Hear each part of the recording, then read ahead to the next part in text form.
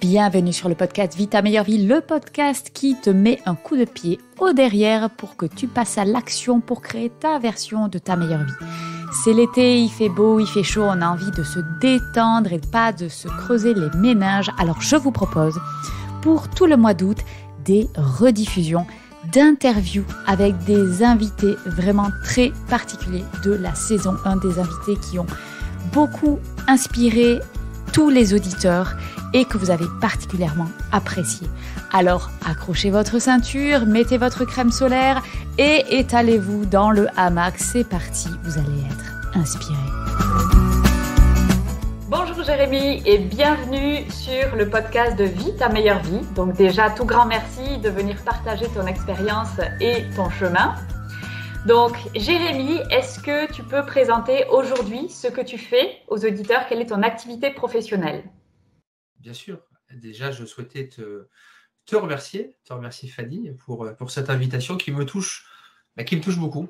Après, j'expliquerai comment on a été amené à se rencontrer. Je pense que c'est intéressant d'expliquer le pourquoi du comment. Mais effectivement, je voulais te remercier. Je voulais en profiter pour souhaiter à toute ton audience une très bonne fête, une très bonne année. Je ne sais pas quand tu vas publier ce podcast, mais toujours est-il que je leur souhaite à chacun la santé, je pense que c'est d'actualité, la réussite à tout point de vue, et surtout, on en parlera, c'était le sujet de ma story Instagram du jour, d'être heureux dans ce qu'ils font. Voilà, pour moi, c'est le maître mot, d'être heureux dans ce qu'ils font, quoi qu'ils fassent.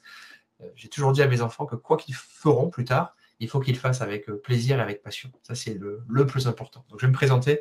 Donc, je m'appelle Jérémy. Alors, j'ai une vie un petit peu, comment dirais-je, disparate dans le sens où j'ai fait un petit peu de tout avant d'arriver là où j'en suis, et je vous expliquerai là où j'en suis aujourd'hui. J'ai toujours été un bon élève.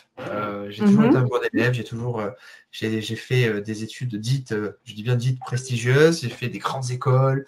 Tu as fait quoi comme grandes écoles? Est-ce que tu veux expliquer un petit peu plus? Peu importe, mais j'ai fait quoi? Alors moi, je suis un littéraire à la base, donc j'ai fait un bac littéraire. J'ai ensuite intégré Sciences Po. J'ai ensuite intégré une école de commerce, l'EDEC, pour ceux qui connaissent, qui est dans le top 3, top 4 des écoles de commerce en France. Sans vraiment savoir pourquoi, pour être transparent avec vous, je l'ai fait parce qu'on m'a dit que c'était bien. C'est pour ça que je te dis que c'est assez disparate. Je vais pas vous dire que j'ai toujours rêvé de faire ces écoles, pas du tout. Sciences Po, c'est assez marrant. C'est un jour une copine qui a dit si je faisais Sciences Po, je trouvais que le nom sonnait bien. Et c'est vrai, le nom sonnait bien, j'ai fait Sciences Po. Okay. Pareil, j'ai intégré une école de commerce qui est normalement assez élitiste, et je mets plein de guillemets autour de ça, parce qu'un jour, pareil, je me suis retrouvé à Sciences Po à vendre des magazines, et il se trouve que j'ai très bien vendu, j'ai explosé les records. Je crois que j'ai fini meilleur vendeur sur les 10 années, je crois que ce record n'a jamais été... Et j'ai dit, je suis peut-être pas mauvais pour le commerce, donc faisons une école de commerce. Donc par hasard aussi. Et aujourd'hui, effectivement, j'ai intégré suite à ça, effectivement, plusieurs entreprises. D'abord dans les télécoms, Alcatel, pour ceux qui connaissaient, qui est devenu Nokia aujourd'hui, par hasard aussi, parce que, alors, c'est assez anecdotique, mais parce que lorsque j'ai fait mon CV, j'avais récupéré un modèle d'un de mes proches qui, lui, était passionné de téléphonie, et j'avais laissé en hobby, sans faire exprès, le mot téléphonie. Et donc, par hasard, j'ai intégré la téléphonie. Par hasard, j'ai intégré Airbus, parce qu'il se trouvait qu'on avait un ami qui travaillait, qui m'a fait rentrer. Et par hasard, on arrive à ce que je fais aujourd'hui. Et par hasard, je suis aujourd'hui dans l'immobilier. Parce que étant effectivement chez Airbus, chez qui je suis resté 7-8 ans, un poste doré dans lequel je gagnais extrêmement bien ma vie, dans lequel j'avais la chance de beaucoup voyager. J'étais commercial, ce qui est juste exceptionnel. C'était vraiment mon rêve, pour tout vous dire, dans la défense. Donc, je vendais des armes. Ce qui, pour un jeune garçon de 20 ans, de 20-30 ans, était juste exceptionnel. C'était un peu une espèce de rêve que j'avais. Sauf que je me suis rendu compte, effectivement, arrivé à 28-30 ans, que c'était pas ce que je voulais. Voilà, c'était pas ce que je voulais. Je gagnais très bien ma vie, je voyageais, j'ai fait les plus beaux hôtels, j'ai fréquenté des généraux, des ministres, enfin des choses hyper prestigieuses où je peux effectivement dire que je l'ai fait, mais franchement, je me suis pas éclaté en réalité. Je me suis pas éclaté. J'ai passé mon temps avec des ingénieurs, avec des gens qui avaient comme ambition de simplement multiplier, d'avoir des promotions, d'avoir des grades, des accréditations, des choses franchement dont aujourd'hui je me contrefous. Tout ça pour effectivement des beaux salaires. Mais voilà, je suis arrivé à 30 ans, je voulais fonder ma famille, et je me rendais compte que c'était pas en étant en Corée du Sud ou dans d'autres pays que je peux pas citer, pour des raisons que vous comprendrez, que j'allais le faire. Voilà. Donc, je me suis dit, Ok. et si je changeais de vie? Et c'est comme ça que je suis arrivé à ma nouvelle activité. Alors, là, on a fait un petit peu un parcours chronologique rapide. Alors, J'ai est-ce essayé. que tu peux présenter ce que tu fais aujourd'hui? Puis après, on reviendra sur ton histoire et comment tout ça s'est créé. Donc, est-ce que tu Avec peux grand plaisir. présenter aujourd'hui quelle est donc ton activité? Bien sûr, avec grand plaisir. Alors, effectivement, donc, j'ai décidé de changer de vie. Et la seule chose que j'ai trouvé à faire, c'est quelque chose que je faisais à titre personnel, c'était l'immobilier. Voilà, à titre personnel, effectivement, j'ai la chance d'être né dans une famille où l'immobilier a toujours été important. J'avais ma maman qui était agent immobilier et j'ai plein de souvenirs Ok. d'elle qui multipliait les visites et qui était franchement, qui était très très bonne agent immobilier, qui pareil, une des meilleures vendeuses. Donc j'ai ce souvenir-là en tête et j'avais mon papa de son côté qui n'était pas agent, mais qui tout jeune a investi, etc. Et je voyais, alors effectivement avec beaucoup de difficultés, mais j'ai vu très vite effectivement comment est-ce qu'on pouvait gagner de l'argent. Je Mhm. suis né de parents commerçants Ok. principalement, qui ont pas mal galéré, pour être transparent avec vous, et j'ai connu très très vite voilà, j'ai compris très vite qu'il fallait se battre. Donc je me suis dit, qu'est-ce que je pourrais faire après Airbus donc euh, En plus, il fallait absolument que je trouve un argument pour quitter la boîte, parce que la boîte ne voulait pas me virer. Ils n'ont pas voulu, ils voulaient me garder. Ok. Euh, ils voulaient me garder. Donc il a fallu que je trouve, je me rappelle, en 24 heures, il y avait un plan de départ auquel je n'avais pas le droit, puisqu'ils ne voulaient pas me virer. Et il a fallu qu'en urgence, je monte un business plan, que je crée un projet sorti de nulle part. Et effectivement, la seule chose que je savais faire, c'était l'immobilier. Donc j'ai dit, toujours pareil, par hasard. Et si on faisait de l'immobilier? Je me suis donc retrouvé à créer ma boîte, à faire de l'immobilier, à travailler pour un réseau de chasseurs immobiliers. Un chasseur immobilier pour ta communauté, ce sont des gens, des espèces d'agents immobiliers, Stéphane Plaza, pour ceux qui connaissent, qui aident des particuliers à trouver un bien. Alors en général pour y habiter, une résidence principale. Moi, je le faisais dans une autre perspective, c'était pour investir et se créer des revenus complémentaires. Voilà. Et pareil, ça s'est par hasard très très bien passé.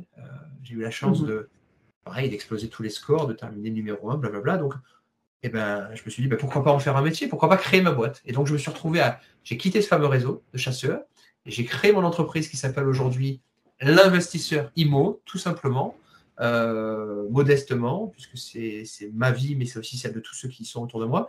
Et j'accompagne aujourd'hui des gens de A à Z, clé en main, dans le processus d'investissement, qui est un processus extrêmement compliqué en réalité.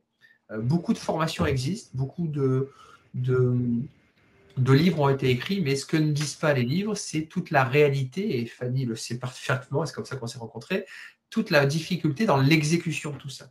Il y a la théorie, il y a bien sûr la pratique, et quand on n'a pas le temps, quand on n'a pas les connaissances, ou quand on n'a pas envie, tout simplement, c'est vrai que c'est un métier à part entière, et j'ai décidé d'en faire le mien. J'accompagne aujourd'hui tous mes clients de A à Z, dans la recherche du bien, dans la négociation du bien, dans la gestion des travaux. C'est ça Mhm, le plus mhm. difficile. Oui. Et même dans la gestion locative, puisque je suis officiellement agent immobilier, c'est-à-dire que j'ai une carte professionnelle, Ok. une vraie carte, ce que peu au passage non dans ce business, on n'est pas beaucoup en réalité à être vraiment agent immobilier. Et ça, j'ai souhaité mettre cette espèce de label, un diplôme de plus au passage, mais j'ai souhaité me mettre un espèce de label qui rassure les gens. Pourquoi? Parce qu'aujourd'hui, c'est ce que je disais à Fanny avant de commencer cette interview, aujourd'hui, je me rends compte que mon public, que la sociologie de mon public, que l'âge de mon public, de ma cible s'agrandit. Là où au départ, en étant chasseur, je travaillais davantage avec des gens d'une vingtaine d'années qui étaient un petit peu rêveurs Mhm. et qui étaient surtout gagner de l'argent. Aujourd'hui, à ma grande surprise, le public s'étiole davantage avec des trentenaires, avec des quadragénaires, avec des gens à la limite de la retraite qui se rendent compte qu'effectivement, soit ils n'aiment plus ce qu'ils font et qui veulent changer Mhm. de vie, qui veulent vivre leur meilleure vie, hein, si tu vois l'allusion, soit avec des gens qui se rendent compte, arrivés à 60 ans, 58, 60 ans, qu'ils ont bossé toute leur vie et qui n'auront rien, mais rien du tout à la retraite. Et c'est Ouais. vrai que je me suis donné cette mission d'accompagner des gens qui ne connaissent pas l'immobilier, qui ont peur de l'immobilier, dans la constitution d'un capital, et je précise, d'un capital dans l'immobilier ancien. Parce que l'immobilier neuf, ce qu'on appelle le Pinel, ce qu'on appelle le cellier, peu importe, c'est sexy sur le papier, mais en réalité, on ne peut pas en vivre, on ne peut clairement pas en vivre. Voilà. Ouais. Ma modeste mission, et franchement, c'est l'objectif que je me donne pour 2022 et les années à venir, c'est d'essayer d'aider vraiment le maximum de personnes en Mhm. expliquant les choses le plus simplement possible, en m'occupant des choses les plus pénibles pour que voilà, ça ne soit pas un problème. Modestement, j'aimerais aider le maximum de personnes à vivre leur meilleure vie, à passer enfin des choses qu'ils aiment. Parce qu'on va être clair, et je vais terminer là, très peu d'entre nous aimons ce que nous faisons. Enfin, très sincèrement, très peu d'entre nous aimons ce que nous De faisons. manière générale, la plupart des gens ne vivent pas leur meilleure vie, J'en suis effectivement. convaincu, mais j'en suis convaincu. Autant nos parents, nos grands-parents vivaient pendant 40, 50 ans, travaillaient dans la même entreprise, dans la même usine, autant notre génération ou nos générations, j'ai bientôt 40 ans, et nos enfants après, clairement ne font plus les choses uniquement par nécessité, mais aujourd'hui veulent trouver du sens dans ce qu'ils font. Alors, l'immobilier, pour moi, est une passion, mais ce n'est pas ce que j'aime le plus. Moi, ce que j'aime le plus, c'est ma famille. Et je vois vraiment l'argent, qu'on soit très clair, comme un moyen de vivre quelque chose d'autre. Et sûrement pas comme une fin en soi. Sûrement pas comme une fin en soi. C'est pour ça que je te disais que je suis content que finalement, ma cible ait changé. L'argent n'est qu'un moyen et rien d'autre. Oui.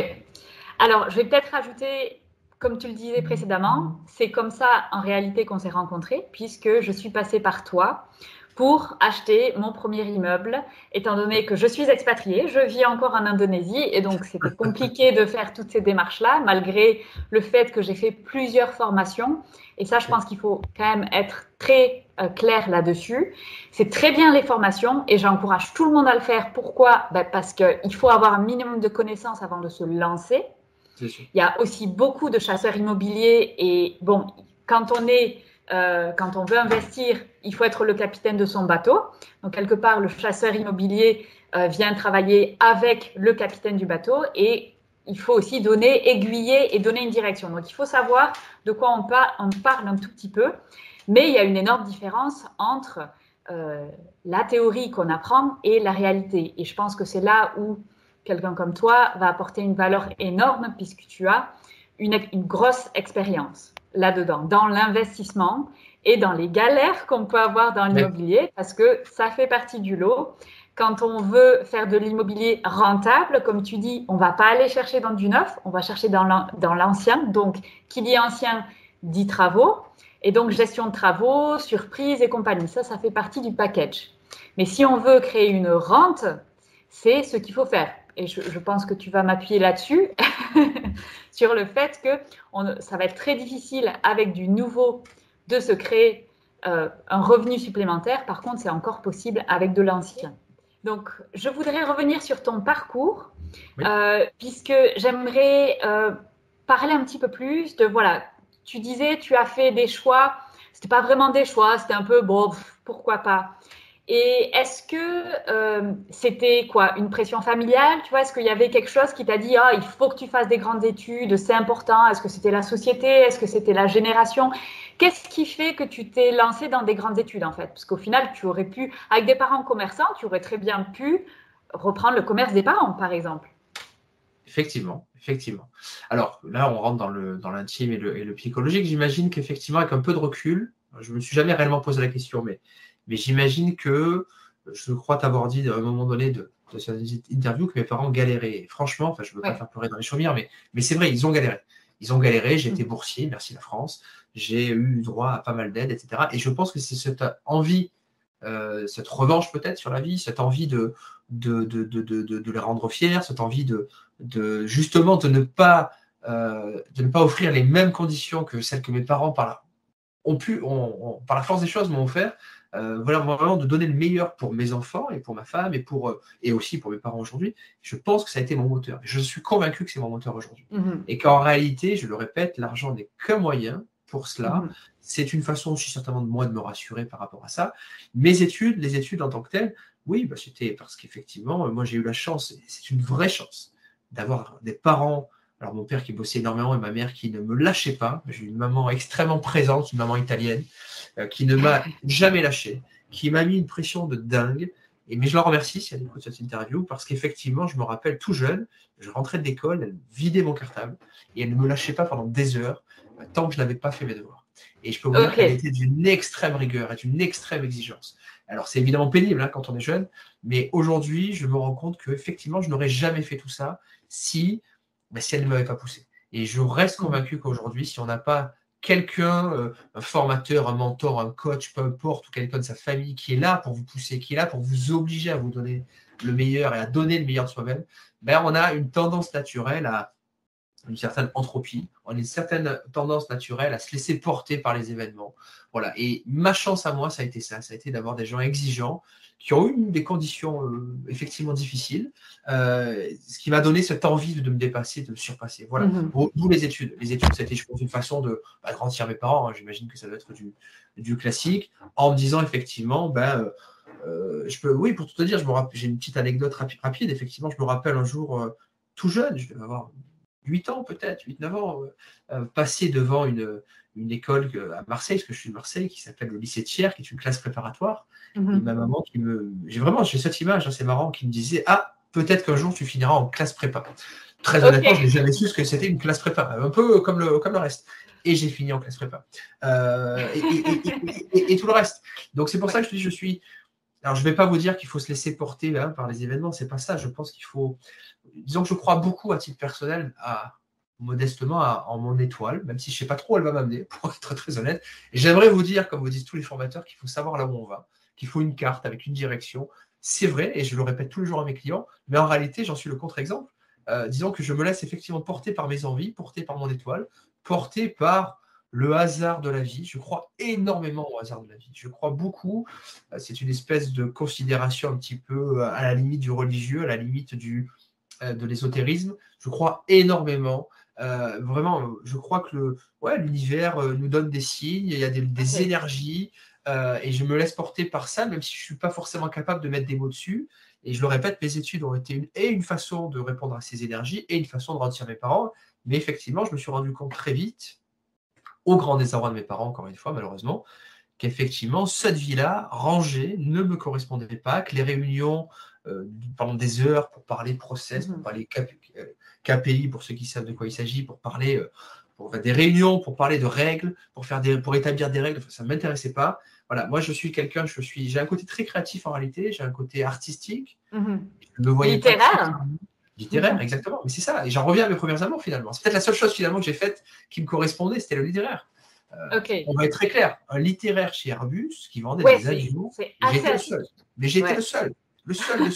Les RH, les ressources humaines, quand ils m'ont recruté, ils m'ont dit, mais c'est un vrai... voilà. J'étais ingénieur commercial, mais sans avoir fait d'école d'ingénieur. Donc, encore une fois, ça a été un vrai problème par rapport à mes pairs, PAIRS, mais ça m'a donné effectivement une capacité, une vision, un travail de synthèse que mes collègues n'étaient pas capables d'avoir et une vue beaucoup plus globale que mes collègues qui étaient plutôt dans les process, dans les détails, etc. Donc, je pense effectivement avoir appris énormément de choses, mais j'ai surtout appris que ce n'était pas fait pour moi, et très vite, très très vite. Petit rappel, si le podcast vous plaît, je vous invite à laisser un commentaire ou une note 5 étoiles sur votre plateforme d'écoute. Merci.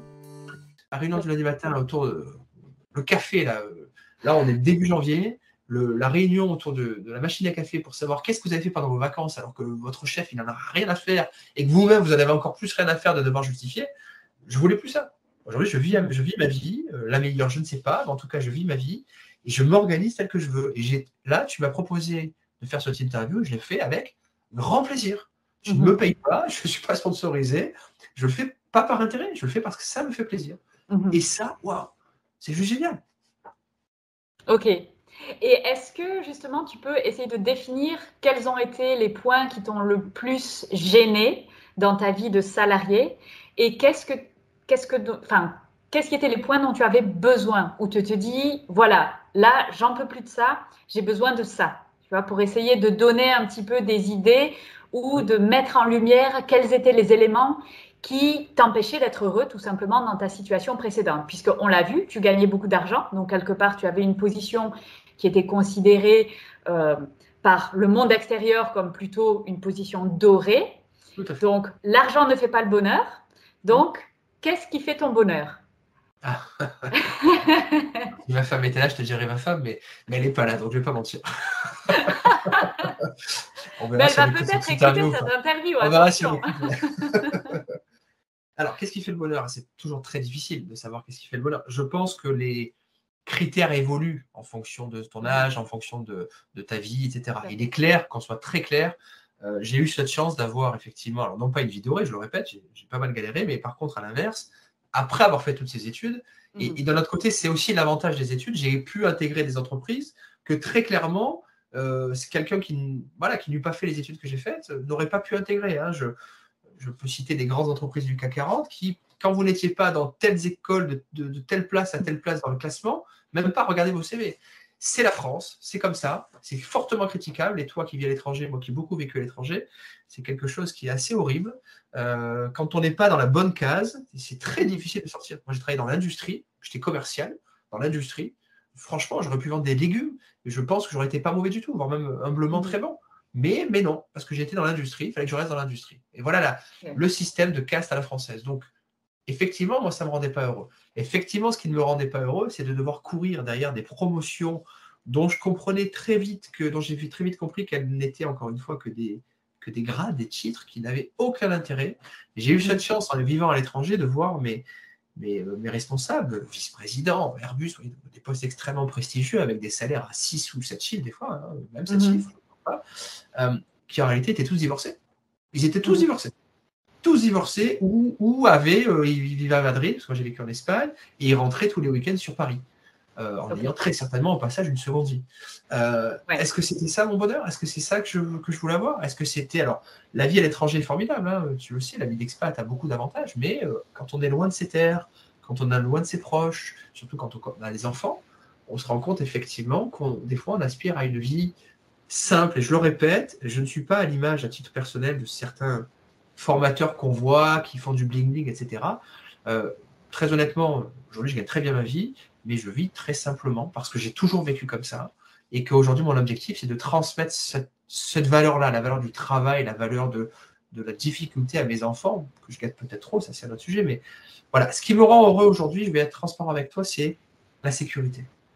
Pour l'instant, pour mes enfants, pour moi. Je sais que si demain, il m'arrive quoi que ce soit, j'avoue que c'est mon moteur en ce moment, c'est ça, avec le contexte actuel, Covid, etc. J'avoue que je me dis que s'il m'arrive quoi que ce soit, mes enfants seront à l'abri pour 3 ou 4 générations. Et ça, c'est juste magnifique. Voilà, c'est juste génial. Encore une fois, compte tenu du contexte qui a été le mien, avec les difficultés que j'ai évoquées, pour moi, aujourd'hui, c'est ça. Un de mes objectifs pour 2022, ce serait effectivement de passer encore plus de temps avec ma famille. Ça, c'est l'objectif. Je n'y suis pas malheureusement encore assez. Un objectif que je me suis fixé, ce serait de passer 2 mois de vacances avec eux, ce qui serait juste exceptionnel, parce que ça n'est pas arrivé depuis plus jamais, je crois. Je crois que cette année, on a eu 4 jours de vacances maximum, ou peut-être une semaine, enfin très peu. Voilà, j'aimerais vraiment passer le maximum de temps avec eux, je pense qu'eux aussi. Et j'ai la chance, par contre, d'avoir effectivement une compagne qui n'est pas de ce milieu-là, qui est salarié, qui s'est mis à mi-temps, donc aujourd'hui qui est salarié dans un organisme public, donc qui, on va se dire les choses, qui gagne très peu sa vie, mais qui souhaite, et je suis très admiratif de ce qu'elle fait, qui souhaite continuer malgré tout à travailler. Elle pourrait se dire je reste à la maison. Vraiment, le salaire qu'elle gagne, je vous assure qu'en une demi-journée, en m'aidant, elle veut le récupérer, mais elle souhaite malgré tout avoir son indépendance. Et je la remercie parce que c'est mon espèce de force. C'est mon autocritique quotidienne, quoi. Elle est là pour me remettre en place, comme mes parents, parce qu'on a tendance des fois que dans ce business-là, quand on commence à avoir un certain succès, une certaine visibilité, alors j'ai une toute petite communauté, comme on dit, mais peu importe, on a tendance des fois à oublier d'où on vient. Alors j'imagine, j'ai 7-8 000 personnes qui me suivent sur les différents réseaux sociaux, ce qui est ridicule, mais j'imagine des gens qui en ont 500 000 ou 1 million. J'imagine qu'effectivement, ils perdent la notion de toute réalité. Et je remercie 1 million de fois et mes amis et ma famille des fois de me mettre des claques dans la tête et de me rappeler qu'à la fin des fins, le bonheur, il est là, il est concret, on le touche tous les jours et c'est proche. C'est encore une fois, c'est pas des chiffres sur le compte en banque dont on sait quand on s'intéresse un peu à l'histoire que ça ne veut rien dire et que demain tout peut disparaître. C'est des choses simples. Mon vrai bonheur, c'est ça, c'est passer du temps avec mes amis, avec ma famille. Et j'espère qu'on aura, Fanny, l'occasion de se voir un peu plus. Ça serait une bonne résolution. Ça serait l'occasion de venir te voir au passage là où tu es. Et mon conseil aujourd'hui aux gens, je vais être très clair, c'est mon humble conseil, c'est battez-vous, bien sûr, et surtout battez-vous, parce que rien n'arrive par hasard. Je crois beaucoup au destin. Encore une fois, je me laisse porter par les événements, mais je le répète, je me suis battu. Quand je prends une décision, j'y vais mais à 2000%. Ok. C'est la nuance. Battez-vous pour ce que vous croyez aimer. Je le répète, les besoins vont évoluer. La vie fait que, mais battez-vous, battez-vous, battez-vous, battez-vous. On n'obtient rien sans rien. À moins d'être né dans la bonne famille. Mais ça, c'est un autre sujet. Très peu d'entre nous ont cette chance-là. Mais bravo aux gens qui ont la chance d'être nés là où il faut. Tant mieux pour eux, c'est la vie. Oui, après, dans le voyage, tu te rends compte qu'on est tous nés là où il faut. À partir du moment où tu es né en France, tu pars avec une longueur d'avance, hein, quel que soit ton milieu. Après, on ne part pas tous sur la même ligne de départ, mais ça, c'est la vie. Et ça, il faut quand même l'accepter. Si je reviens un petit peu, donc, tu étais dans le salariat et qu'est-ce que tu as, quels sont les apprentissages ou les choses que tu retiens? Parce que s'il y a un message que je veux faire passer également, c'est que la meilleure vie, c'est quelque chose qui est vraiment personnel et dynamique. Comme tu l'as mentionné, ça dépend des phases de la vie. Il y a à un moment donné, quand on a des enfants, on aspire à des choses qui sont différentes que quand on a 20 ans. Et donc, la meilleure vie qu'on va vivre quand on a 20 ans sera pas la même quand on a 30, 40 et 50 ans. Donc ça, je pense que c'est important de le rappeler. Et du coup, quand tu étais dans le salariat, tu as aussi beaucoup voyagé, tu as été expatrié. Quels sont les éléments que tu retiens, les choses que tu as aimées de cette expérience-là? Alors oui, l'expatriation, j'ai eu la chance de vivre au Canada, aux États-Unis, en Espagne, en Allemagne, de voyager effectivement dans quasiment pas toute l'Asie, mais une partie, de par mes précédentes fonctions. Alors j'ai adoré la découverte, et c'est vrai que c'est ce qui me manque. À l'inverse, évidemment, c'est ce qui me manque aujourd'hui. Le fait de se réveiller un jour ici, un jour là, le fait, une certaine ivresse des grandeurs, effectivement, le fait d'aller dans des hôtels, dans des restaurants prestigieux. Aujourd'hui, je ne vais plus. Encore une fois, de m'adresser à. J'ai eu la chance de faire un petit peu de politique, donc j'ai vraiment fréquenté ce qu'on peut dire le gratin des ministres, des présidents. Enfin, j'ai eu la chance de fréquenter des gens pareils. Donc, effectivement, quand on est jeune, une certaine ivresse, et je le répète, on perd un peu peut-être de modestie d'ailleurs, mais c'est vrai que c'est quand même enivrant quand on se retrouve au cœur du moteur. Du moteur, que ce soit dans le privé ou dans le public, que ce soit en politique ou chez Airbus. J'ai eu la chance de travailler sur des très gros dossiers qui ont défrayé l'actualité, plusieurs milliards d'euros, vraiment des milliards, et la chance de créer des emplois. Voilà ma fierté personnelle de l'époque. Mais aujourd'hui, puisque j'ai recruté, ça a été de créer des emplois. Et je me rappelle, lorsque j'étais chez Eurocopter, donc la version hélico d'Airbus, avoir travaillé sur un contrat qui, concrètement, a sauvé des centaines d'emplois, mais vraiment. Et je peux vous dire que j'ai une vraie fierté par rapport à ça. Parce qu'à la fin des fins, je le répète, l'argent n'est que moyen. Et ma plus grande fierté, ce n'était pas finalement les félicitations de mon vice-président, qui, encore une fois, n'avait rien à faire de moi. C'était vraiment de me dire, mais même s'ils ne sont pas forcément rendus compte, mais c'est de me dire, ben voilà, j'ai réussi à sauver tel emploi ou à créer tel emploi. Et aujourd'hui, ce qui m'anime, si tu me le demandes, c'est ça, c'est de créer de la valeur, ajoutée pour les clients, de créer de la valeur pour mes locataires, de créer de la valeur pour tous les partenaires avec qui je travaille, entrepreneurs, notaires, etc. Et je le répète, et là aujourd'hui pour 2022, 2023, 2025, je souhaite vraiment recruter, je souhaite continuer à recruter, j'aimerais racheter des entreprises. Voilà, petite personnelle, petite anecdote, le reprenariat, plus que l'entrepreneuriat, c'est quelque chose qui m'anime énormément. Quelque chose qui arrivait dans un business un peu comme je l'ai toujours fait, par hasard, tenter de le comprendre, tenter de le bouleverser, peut-être modestement le révolutionner, et créer de la valeur. C'est ce que tu fais toi sur ton podcast, que j'ai déjà écouté, quand tu nous fais part de ton expérience. C'est pas garder pour soi les choses, comme je faisais à l'école où je cachais mes copies et des copains. C'est partager. Et on le disait en début d'interview, aujourd'hui, effectivement, je fais payer mes services, parce que c'est le principe. Mais c'est vrai que je m'éclate à passer des heures et des heures et des heures au téléphone avec des gens, quand le feeling passe, à leur donner tout ce que je peux leur donner gratuitement, quasiment gratuitement, parce que des fois, il ne se passe rien, d'ailleurs, des fois, il n'y a pas de vente. Mais voilà, passer du temps pour les autres et apprendre en retour, c'est magnifique. Je trouve que c'est le principe de la vie, d'échanger. Ok. Et quand tu fais ton changement de vie, donc quand tu opères de quitter Airbus pour créer ta propre entreprise, est-ce que à cette époque-là, c'est le grand saut, tu pars dans l'inconnu, ou tu avais déjà fait un certain nombre d'investissements, donc tu avais déjà assuré tes arrières et tu partais peut-être avec une coquette somme de Airbus, je ne sais pas. Est-ce que tu vois, dans quelle école tu es? Est-ce que tu fais partie de ceux qui disent il faut se faire le grand saut et se jeter dans l'inconnu, ou au contraire, on peut préparer les choses et être malin et se préparer quelque chose de confortable? Très bonne question, excellente question. Je dirais les deux, mon capitaine. Je m'explique. Effectivement, quand je me suis lancé, je te l'ai dit, en 24 heures. Le plan s'arrêtait. Okay. J'ai eu 24 heures pour tout inventer, écrire un business plan et faire croire aux ressources humaines que j'avais réfléchi mon projet depuis 40 ans. Ce qui n'était pas du tout vrai, je le répète, ça a été une improvisation totale. D'un autre côté, donc oui, je me suis jeté dans le vide. Et encore une fois, l'immobilier aurait pu être un échec total.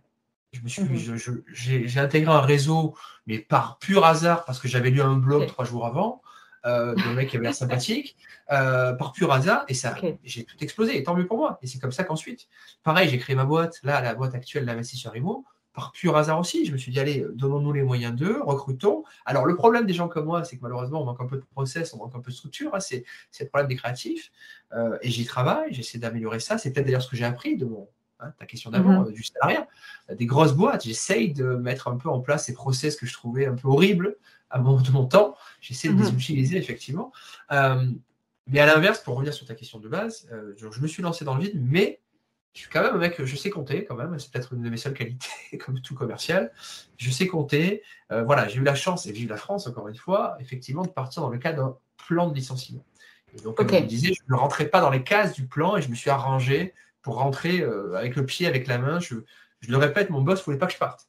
Quand on sait comment fonctionne une grande boîte, et c'est ton cas, vous savez, pour ceux qui ne le savent pas, que lorsqu'un chef perd un salarié, au-delà de perdre la personne, il perd surtout ce qu'on appelle un ticket, c'est-à-dire il perd il n'a pas le droit de recruter quelqu'un d'autre. Et vous savez qu'en France, plus on a de salariés, plus on est important. Donc mon boss, en gros, ne voulait pas perdre en importance. Encore une fois, ce n'est pas moi qui ne voulais pas perdre, hein. Il n'avait rien à faire, hein. C'était le prestige qui allait avec ma modeste personne. Donc encore une fois, vraiment, je vous assure que jusqu'au bout, jusqu'au soir, vraiment 1 heure avant, je pensais qu'il allait me garder, je pensais que j'allais continuer. Donc je vous dis, je crois en mon étoile, j'ai fait ce qu'il fallait. On a fait un peu de chantage aussi, hein. L'avantage quand on travaille dans le business dans lequel je travaillais, c'est-à-dire du chantage. Bon, je ne peux pas développer, mais l'avantage quand on travaille dans le militaire, c'est qu'on a des infos qu'il ne vaut mieux pas évoquer. Voilà. Donc bon, j'en dis pas plus, sinon vous allez me retrouver assassiné. Tu as su négocier ton départ, on va dire ça comme ça. J'ai négocié ce que j'ai toujours fait en mettant un peu de pression, peu importe, ça fonctionnait. Mais je le répète, ça s'est fait dans le cadre quand même d'un plan. Alors je ne suis pas parti avec une grosse somme. D'ailleurs, c'est la raison pour laquelle jusqu'au bout, je ne souhaitais pas le prendre. Sans rentrer dans des chiffres qui sont... Parce que les gens n'auraient pas d'échelle de valeur, mais franchement, ça a été l'équivalent de 4-5 mois de salaire. Même pas, parce que je me dis 3 mois de salaire. C'est ridicule. C'est ridicule pour une boîte comme Airbus qui réalise des milliards d'euros, etc. Et c'est d'autant plus ridicule qu'au même moment, j'en ai discuté avec des gens qui étaient aussi confrontés dans d'autres boîtes à cela. Quand certains avaient 2 ans, 3 ans, 5 ans de salaire, on avait, je vous dis, 3-4 mois. 3-4 mois. Donc c'était en soi ridicule d'un point de vue financier, mais encore une fois, ça a été le bienvenu. Dans ce qui m'a assuré et l'argument que j'ai utilisé, parce que je vais te parler effectivement de la réaction de mes proches quand je leur ai annoncé ça, ce qui moi m'a rassuré, c'était évidemment le chômage. Donc j'ai eu la chance, merci la France, d'être boursier quand j'étais jeune et d'être au chômage. Ça se vaut le coup, que je parle du chômage, ça peut être intéressant d'être au chômage. Alors, en me disant, on a droit à 2 ans, à l'époque c'était encore 2 ans. Voilà, si ça ne marche pas, je recommencerai. J'ai quand même un beau CV, je suis convaincu que des fournisseurs, voilà, je recommencerai. Alors, petite anecdote sur le chômage, effectivement, quand je suis arrivé dans mon conseiller Pôle emploi, avec le salaire qui était le mien, que je vais pas vous donner, la conseillère Pôle emploi s'est mise à pleurer. Voilà. La conseillère Pôle emploi s'est mise à pleurer parce que c'était une dame qui était au SMIC, qui a été vraiment malheureuse dans son boulot, une 50aine d'années, mais vraiment malheureuse, elle s'est mise à pleurer. Elle ne comprenait pas qu'on puisse être au chômage avec le salaire qui était le mien, qui était dans le top 100, je ne sais pas combien. Donc ça m'a permis de me rendre compte, encore une fois, de me remettre les pieds sur terre, de me rendre compte de la réalité de la vie. Quand il fallait que j'aille pointer comme un prisonnier, quand il fallait que j'aille... Et j'ai vu la la misère. J'ai vu la misère dans les yeux des gens qui étaient à côté de moi, dans les yeux des gens qui étaient en face de moi. Et encore une fois, ça a été extrêmement salvateur parce que c'est pour moi très important. J'ai toujours beaucoup fait d'associatifs. J'ai fait plein d'associations, pas pour m'acheter une bonne conduite ou pour défiscaliser, hein, quoique, ça peut être utile. Non, hein, pour économiser un peu les impôts. Non, c'est parce que c'est très important. J'ai travaillé à la Banque mondiale, j'ai fait d'autres assos, etc. J'ai donné des cours à des enfants dits défavorisés, de quartier et autres, parce que je considère, hein, c'est un livre que j'aime beaucoup, hein, qui dit qu'effectivement, il faut donner X% de sa fortune personnelle, qu'il faut donner du temps, et j'essaye de le faire. Alors, pas assez à mon goût. Alors, je vous parle, je n'ai pas beaucoup de temps, mais au travers de ce podcast, j'espère que on va pouvoir inspirer d'autres personnes, et ce serait vraiment génial. Je serais ravi de pouvoir y aider. J'essaye de donner du temps, de l'énergie, des conseils, de l'expérience. L'immobilier, encore une fois, c'est quelque chose que, comme d'habitude, j'ai fait par hasard, mais j'ai fait à fond. C'est un peu mon résumé, par hasard, mais à fond. Et j'ai fait tellement de bêtises, qui m'ont coûté du temps, des centaines de milliers d'euros. Et c'est pour ça que, modestement, je me suis dit, j'ai peut-être des choses à dire. On en parlait au début de l'interview. Moi-même, j'ai des pensées limitantes, régulièrement, où je m'interdis de faire des choses, où je m'interdis de dire des choses. Je m'interdisais de vendre mes services en me disant, mais bon, encore une fois, ce que je vais raconter, des milliers, des dizaines de milliers de gens l'ont dit avant. Et comme je disais à Fanny au tout début, que j'ai compris il n'y a pas si longtemps que ça, j'ai bientôt 40 ans, j'ai compris qu'en fait, ce que je disais, effectivement, on s'en foutait. Parce que finalement, ce que je dis, c'est rien d'autre que ce qui a déjà été dit. Mais je le disais d'une autre façon. Je le disais avec l'énergie qui est la mienne, avec les mots qui sont les miens, avec l'expérience qui est la mienne, et qui parle à telle personne, peut-être pas à telle personne, mais voilà. Et j'ai trouvé ça génial. Et c'est pour ça que aujourd'hui, j'incite tous les jeunes qui ont des choses à dire, qui pensent qu'effectivement, ils ont des choses à apprendre, à le faire. Faites-le. Tenez-vous d'une main. Avec mon histoire de chômage, c'est très important, effectivement. Et là où ce sur quoi je me bats aujourd'hui, contre mon propre business, c'est contre tous ces gens formateurs, hein, pour ceux qui investissent dans l'immobilier, ou pas que d'ailleurs, qui vous disent, mais vous inquiétez pas, en 6 mois, en 1 mois, vous allez devenir milliardaire. Dans 6 mois, dans 1 mois, vous allez avoir telle voiture, avoir telle villa. Oui, c'est possible. Et je vous confirme, c'est possible. Mais les amis, j'en ai bavé. Vous ne voyez pas sur le podcast, mais j'ai des cernes. Je me lève très tôt. Je travaille. On n'a rien sans rien. Je le répète, on peut avoir de la chance, oui, c'est vrai, hein, tant mieux, mais c'est 1 fois, 2 fois, pas plus. Et l'exemple, effectivement, la façon dont Fanny et moi nous sommes rencontrés, on ne va pas développer, mais Fanny en a bavé. Avec Fanny et Monsieur, on en bavé, mais je pense que c'était un super apprentissage finalement. Je pense que j'en ai bavé, mais comme tout le monde en immobilier, en fait. Je pense que mon chemin en immobilier, c'est un chemin tout à fait normal. Et que, en fait, les gens qui ont aucun souci, c'est vraiment extrêmement rare. Je ne crois pas qu'il y en ait beaucoup. Peut-être dans tes clients, tu as quelques exemples, mais ça doit être très, très, très, très peu. Ou alors, parce qu'il faut se battre à chaque étape. Quand il faut aller présenter son dossier à la banque, ce n'est pas une banque qu'il faut faire, c'est 20 banques qu'il faut faire. C'est vrai. Et d'autant plus aujourd'hui. Donc, on me demande toujours, mais est-ce que l'immobilier, c'est possible d'en vivre? Oui, c'est possible. Est-ce que c'est difficile pour y arriver? Oui, il faut quand même se battre et il faut avoir de la ténacité pour y arriver. C'est typiquement pour ça, exactement. Et c'est basé sur ce que tu viens de dire que j'ai créé ma boîte. Je me suis dit, encore une fois, je n'ai rien inventé de particulier, je n'ai pas inventé Google. Je me suis juste dit, les gens ne sont pas tous faits pour ça. Ils sont faits pour plein de choses, mais ils ne sont pas tous faits pour investir. Comment est-ce que moi, avec l'expérience qui est la mienne, la ténacité qui est la mienne, et mon réseau, comment est-ce que je peux aider ces gens-là? Encore une fois, je n'ai rien inventé de compliqué.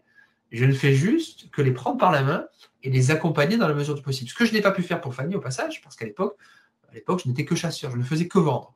Et je l'ai regretté, enfin, on s'entend à titre dans le privé extrêmement bien, et ce qu'elle a vécu, d'autres clients l'ont vécu, et je me suis dit, mais je ne peux pas laisser seul des gens, c'est juste pas possible, parce que ces gens-là m'ont fait confiance sans me connaître, et c'était le cas de Fanny, ont investi à distance sur des biens sur lesquels ils se sont engagés financièrement, personnellement, sur 20 ans, 30 ans, mais je ne peux pas les laisser tout seuls en disant, bon courage. Et c'est le problème de mes concurrents, et il n'y a pas de critique par rapport à ça, c'est le business model qui veut ça. Sur un fichier Excel, sur un papier, un immeuble, un investissement locatif est toujours sexy, toujours, et ce sont des chiffres, et vous savez quoi, les chiffres, on en fait ce qu'on veut. Je vous le dis, moi-même, je sais vous faire des super fichiers Excel. Mais dans la réalité des choses, lorsque les banques ce que tu disais, commencent à avoir des exigences en termes d'épargne, vous font payer des frais de dossier de dingue. Quand vous vous rendez compte que vos locataires, contrairement à ce que le notaire vous a dit, n'étaient peut-être pas aussi à jour de leur loyer, quand vous vous rendez compte que derrière un mur, en placo, il y a 2 fois plus de travaux prévus, la question c'est comment est-ce qu'on réagit? Parce que des problèmes, oui, des problèmes, il va y en avoir, mais c'est certain, je vous mets 1000 balles sur la table, des problèmes, il y en a toujours. La question c'est comment est-ce qu'on réagit? Est-ce qu'on met la tête dans un trou et on pleure en se disant ben, j'aurais peut-être pas dû? Ou est-ce qu'on dit allez, on se calme, j'essaie de voir comment est-ce qu'on peut réagir. Et aujourd'hui, donc mes clients ont tous des problèmes, mais mon rôle c'est de faire en sorte qu'ils en aient le moins possible. Et peut-être même de prendre le stress pour eux, bon, ce qui n'est peut-être pas une très bonne chose d'un point de vue personnel, mais parce que de mes soucis, je me rajoute ceux de mes clients. Mais peu importe. J'essaie effectivement d'aider des gens qui. Donc l'immobilier, oui, on peut en vivre. Oui, on gagne très bien sa vie. Mais contrairement à ce que beaucoup de personnes vous en disent, pareil pour la bourse, pareil pour la crypto, pareil pour l'entrepreneuriat en général, mais on en bave.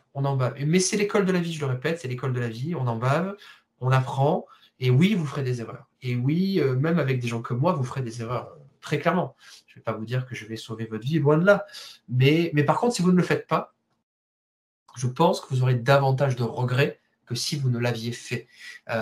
Si vous ne sortez pas de votre cocon, si vous ne sortez pas de votre carcan doré, je le répète, vous gagnez très bien la vie, croyez-moi, vous ne ferez rien de votre vie. Je peux vous citer des tas d'exemples, de centaines de collègues à moi qui, il y a 20 ans déjà, il y a 15 ans, pardon, quand j'ai commencé à investir, me disaient, mais l'immobilier est trop cher, on attend que ça baisse, on attend que j'ai davantage les sous, je viens d'avoir un enfant, je ne peux pas.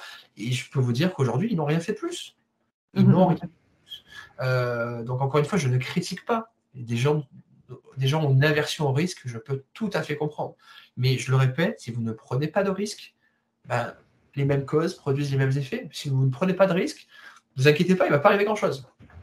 C'est un peu comme l'amour. L'amour frappe rarement à la porte. Donc, quand on est chez soi en pyjama, il faut aller le chercher. Mais c'est pareil pour la réussite, je pense, modestement, il faut aller la chercher avec les dents, avec les pieds, avec ce que vous voulez. Il faut aller la chercher et il faut se remettre en danger. Voilà. De manière réfléchie, je le répète. Voilà, le risque existe toujours, mais on peut le mitiger, le réduire au maximum. Et je pense que c'est là que c'est intéressant de travailler avec des gens comme toi qui permettent, avec la connaissance et l'expérience, de mitiger ce risque, de le réduire au maximum. Oui, alors je voudrais... Mitiger, un bel anglicisme, c'est les amis. De le réduire. Ah, peut-être. Réduire. Le réduire. Mitigate. Mitigate, exactement. Okay.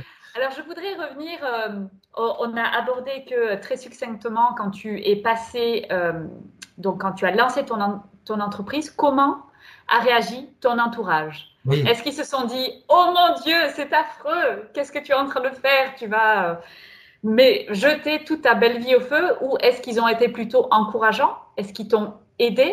Est-ce qu'ils t'ont dit, vas-y, si c'est ça que tu veux, on est là pour t'aider? Comment ça s'est passé pour toi? Oui, tu as raison, c'est un très très bon point parce que cette difficulté, je pense vous allez, tous ceux qui nous écoutent, la vivre, ou vous l'avez peut-être déjà vécu. Alors moi, mes parents étaient extrêmement en colère. Je le répète, ils m'ont toujours inculqué une espèce de parcours doré, la rat race, pour ne pas la nommer, une espèce de chemin tout tracé. Et je pense qu'ils avaient en tête peut-être de me laisser chez Airbus toute ma vie jusqu'à ce que j'en devienne peut-être le big boss. Bon, ça aurait pris quelques siècles à mon avis, mais peu importe. Non, effectivement, ils étaient effarés. Je le répète, je n'ai pas été viré, je suis parti de moi-même, ce qui est juste rarissime. Très honnêtement, je connais très peu de gens qui sont partis d'eux-mêmes, je le répète. Alors, il y en a qui ont mis la pression, il y en a qui ont fait des beaux chèques pour partir, et il y a des gens qui partent d'eux-mêmes. Alors, encore une fois, avec un peu d'argent, mais très peu. Non, ils ont été effarés, ils ont été très inquiets, surtout quand je leur ai annoncé que j'allais au chômage.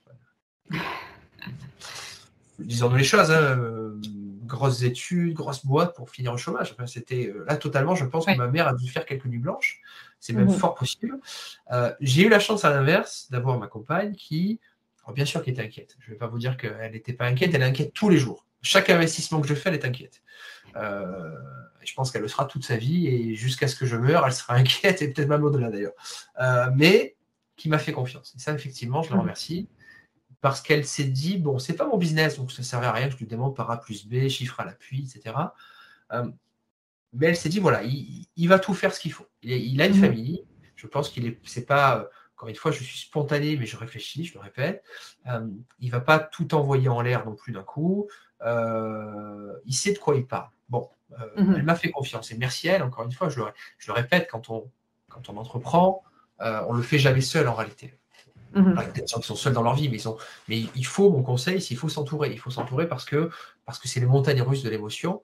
Là, je suis de bonne humeur. Peut-être que dans 2 heures, j'aurai une mauvaise nouvelle, je serai de mauvaise humeur. Enfin, hélas, ça fait partie de la vie de l'entrepreneur.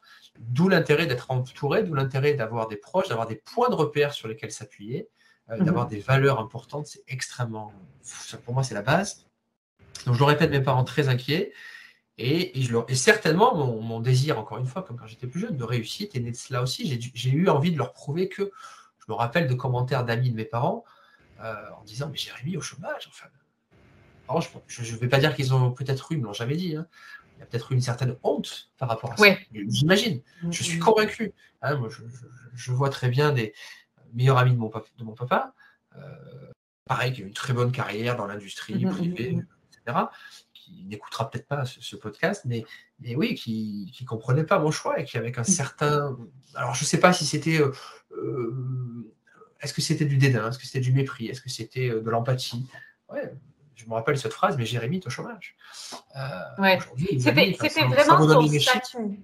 Ton statut statut qui posait problème, parce que financièrement, ça allait quand même. Financièrement, sans rentrer dans les détails, j'ai fait x5, x10, fois je ne sais pas combien. J'ai tout explosé modestement, enfin, je vous le dis. Et j'avais un bon salaire. J'ai tout explosé. Donc financièrement, il y a... Voilà, aucun souci, mais c'était le salaire. Aucun souci. Mais socialement, j'ai quitté la voie dorée.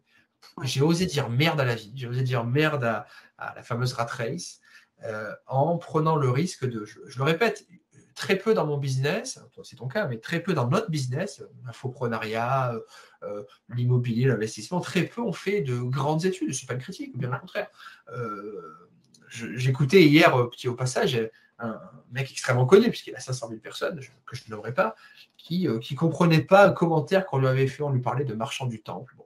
Et je me disais, mais moi je sais ce que c'est, marchand du temple. Lui, il ne savait pas ce que c'était, il s'étonnait de l'expression. Je me disais, mais en fait, on est tous au même niveau. Et tu sais quoi, c'est pas plus mal. Parce qu'effectivement, en face de moi, il y a des mecs que je suis et que j'adore, qui ont été ouvriers à la chaîne, littéralement, que je nommerai pas, mais je suis hyper admiratif de ces gens-là. Il y a des gens qui ont fait des études, il y en a qui n'ont pas fait.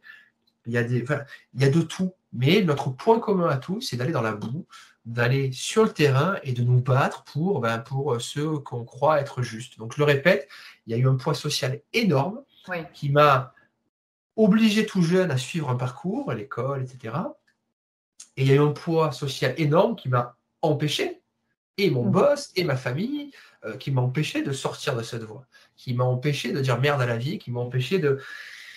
Et d'une certaine façon, un peu comme pour la crypto, comme pour l'entrepreneuriat, je me vois modestement comme une espèce de résistant, on va partir là-dessus, une espèce de résistant à tout ça. Et je pense qu'il faut le faire, je le répète, quel que soit votre âge, quelle que soit votre situation dans la vie personnelle, professionnelle, il ne faut pas hésiter des fois à dire stop, à dire merde. Alors je le répète, ne démissionnez pas. Mettez-vous à mi-temps, mettez-vous à quart-temps, créez en France, on a ce qu'on appelle les micro-entreprises, les auto-entreprises. Ça, c'est génial, c'est ce que j'essaye de faire, pour tout vous dire, avec ma propre compagne.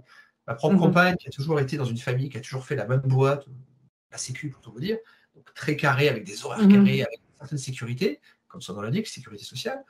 J'essaye de la tirer là-dedans, parce que je vois qu'elle n'est pas forcément toujours à l'optimum du bonheur. J'essaye de la tirer de là, j'essaye de lui montrer qu'il y a une autre voie possible, qu'il y a un autre chemin possible, en la rassurant sur tous les aspects que sont les relations sociales, l'aspect financier, le bonheur, etc. Tout est possible, mais encore une fois, il ne faut pas le faire seul, parce que si on n'a pas l'expérience, effectivement, on n'invente pas la roue, mais je terminerai là. L'avantage de mes études littéraires, c'est que je me suis rendu compte, je lis beaucoup, je lisais beaucoup moins aujourd'hui, malheureusement, et je me rends compte qu'en fait, tout ce que je vous dis, ça a été écrit déjà par des mecs, par Platon, par des mecs avant. Des milliers d'années, tout ce que je vous dis, le bonheur, la réussite, moins Internet évidemment, mais pour tout le reste, tout a déjà été dit. Il n'y a rien à inventer. Il faut juste recopier ce qui a déjà été fait et l'adapter à sa sauce. Voilà.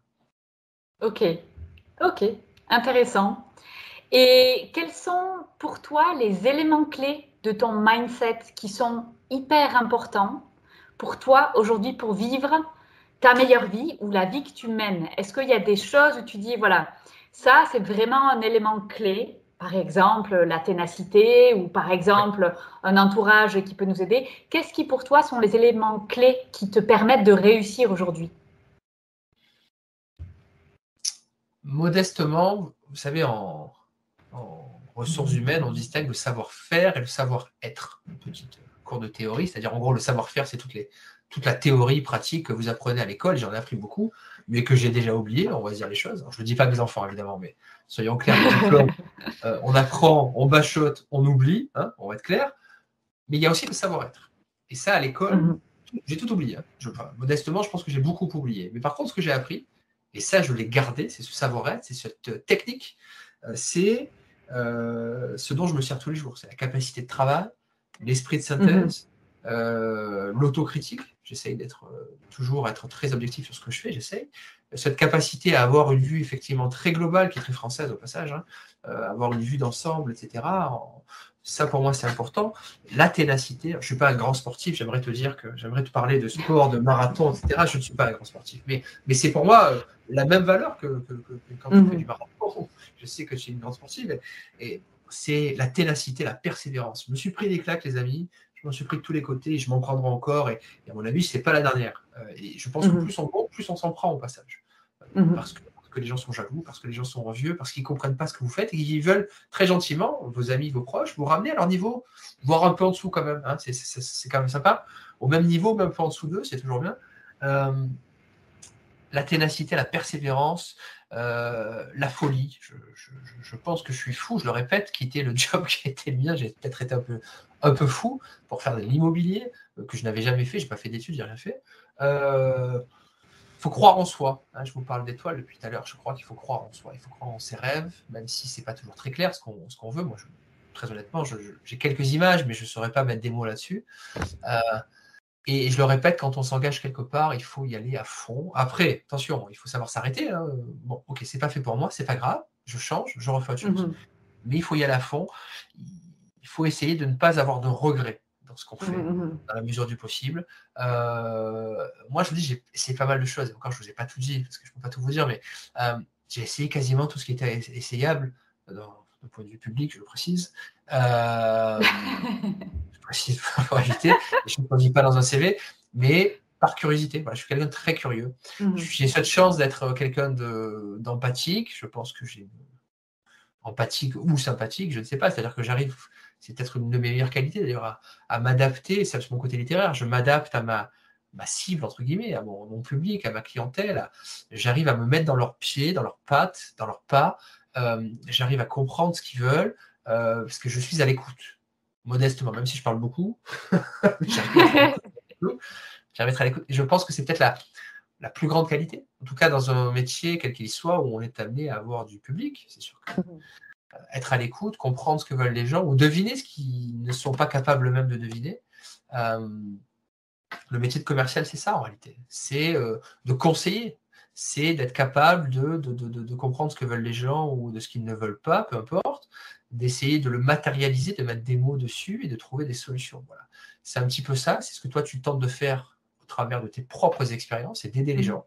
Je le répète, tu vas sur un de tes podcasts, tu vas peut-être dire un mot plutôt qu'un autre, mais qui fera écho à quelqu'un et sans le savoir, tu vas lui changer la vie. Et je le répète, avec l'immobilier qui n'est qu'un moyen, c'est ce que j'essaye de faire. Mais j'insiste tous les jours sur mon compte Instagram, sur l'investisseur IMO pour ne pas le nommer, sur tout ce que je fais, j'insiste, ce n'est qu'un moyen. Il faut trouver son pourquoi en 2 mots. Pourquoi je me bats tous les matins, pourquoi je me lève, pourquoi je fais tout ce que je fais, pourquoi j'ai investi dans l'immobilier, pourquoi je fais du sport, pourquoi il faut trouver, c'est peut-être le cœur battant de chaque homme ou femme, c'est ça, c'est pourquoi est-ce qu'on fait les choses. Je le répète, trop d'entre nous, de nos aînés, de nos parents, de nos grands-parents, sont arrivés à l'aune de leur vie en se disant, mais qu'est-ce que j'ai fait, enfin, se retournent en se disant, mais tout ça pour ça, je le répète, quand je serai mort, c'est bien beau d'avoir des millions d'euros, mais en réalité, ça ne va pas me servir beaucoup, le 3/4 va partir aux impôts, mes enfants ne seront pas plus heureux, donc la quête de l'argent qui a été ce qu'on m'a appris, de la réussite sociale, c'est un mythe, Pour moi, c'est un mythe. Il y a des gens, tu sais quoi, je suis extrêmement admiratif des gens. Si tu me demandes quels sont mes modèles, je suis très admiratif des gens qui ont réussi à faire changer les choses à leur échelle, quel que soit leur statut. Je vais vous citer quelqu'un que j'aime énormément, qui est décédé il y a peu, qui s'appelle Pierre Rabhi, pour ceux qui connaissent. Quelqu'un qui a vécu chichement, modestement, donc a priori très loin des ordres de l'Élysée, de l'immobilier, de la politique, très très loin de ça. Et pourtant, c'est quelqu'un que j'ai suivi, que j'ai pas eu la chance de rencontrer malheureusement, pour lequel j'ai un respect immense. Parce qu'il a su, pour ceux qui le savent, il a su, avec l'expérience qui était la sienne, bouleverser des milliers de vies. C'est mon petit côté de gauche, ça, oui, c'est le seul peut-être, mais c'est mon petit côté. Non, mais vraiment, je trouve ça admirable. Et dans les associations dans lesquelles j'ai été, dans tout ce que je tente de faire d'un point de vue privé, je travaillais à la banque alimentaire, je travaillais dans plein de choses comme ça, mais je trouve ça génial de pouvoir apporter le sourire à des gens, de pouvoir leur montrer qu'effectivement, il y a autre chose que la vie triste qu'ils ont connue. Alors attention, je ne suis pas naïf, parce que j'ai la chance ou pas d'avoir des locataires qui des fois sont un petit peu filous, un petit peu coquins, on va dire ça comme ça. Donc encore une fois, il ne faut pas être naïf, mais je pense qu'on peut changer les choses. Mais et ça, c'est l'histoire, oui, c'est grâce à mes études que j'ai appris ça. On peut changer les choses. Il y en a qui veulent les changer de l'extérieur, il y en a qui veulent les changer de l'intérieur. Moi, j'ai fait ce choix. Je ne suis pas un extrémiste où je me suis dit révolutionnaire, on va abattre le capitalisme. Pas du tout. Je sais très bien le capitalisme, mais il a beaucoup de critiques. Moi, j'ai fait le choix de changer les choses à mon échelle de l'intérieur. Parce que je pense que quand on épouse un système plutôt que de le combattre, on est capable, avec légitimité, de le critiquer et de l'améliorer. Donc, je le répète, je ne sais pas qui écoutera ce podcast, mais je pense très sincèrement que quand on fait les choses, il faut les faire avec amour, avec passion, et qu'arrivé à l'aune de sa vie, il faut modestement se dire qu'on a essayé en tout cas de donner le meilleur. Et mes parents n'ont peut-être pas fait tout ce qu'ils ont pu pour... Quand on est enfant, on a tendance, et quand on devient parent, on s'en rend compte au passage, hein, quand on est enfant, on a tendance à critiquer ses parents. Mais je me rends compte qu'effectivement, tout ce qu'ils ont fait, ils l'ont fait parce qu'ils pensaient que c'était juste. Et je les ai remerciés parce qu'encore une fois, je le répète, quand ils se bossaient le dimanche, la nuit, quand ils faisaient des nuits blanches, quand les choses étaient difficiles, ils ont toujours fait en sorte qu'on ne se rende pas compte, qu'on essaye en tout cas d'aller au-delà. Et merci à eux, parce que je le répète, sans eux, je ne serais clairement pas où j'en suis aujourd'hui. Oui. Mais je pense que c'est très chouette, tu reviens en fait au cœur des choses qui est où est-ce qu'on met de la valeur. Et l'argent est un moyen, il faut avoir de l'argent pour être confortable, hein, mais ce n'est qu'un moyen. Je pense que si on discute aujourd'hui avec la plupart des gens, on demande est-ce que vous gagnez assez d'argent aujourd'hui ? Il n'y a personne qui va dire ah ouais, et d'ailleurs j'en ai même un petit peu trop, hein, là tu vois franchement je gagne un petit peu trop ma vie. Personne, tout le monde en manque, mais on se pose rarement la question, mais en fait, tu veux faire quoi? Parce que tu manques pas d'argent. L'argent, c'est une énergie qui va te permettre de faire des choses. Donc, quelles sont ces choses dans ta vie dont tu manques?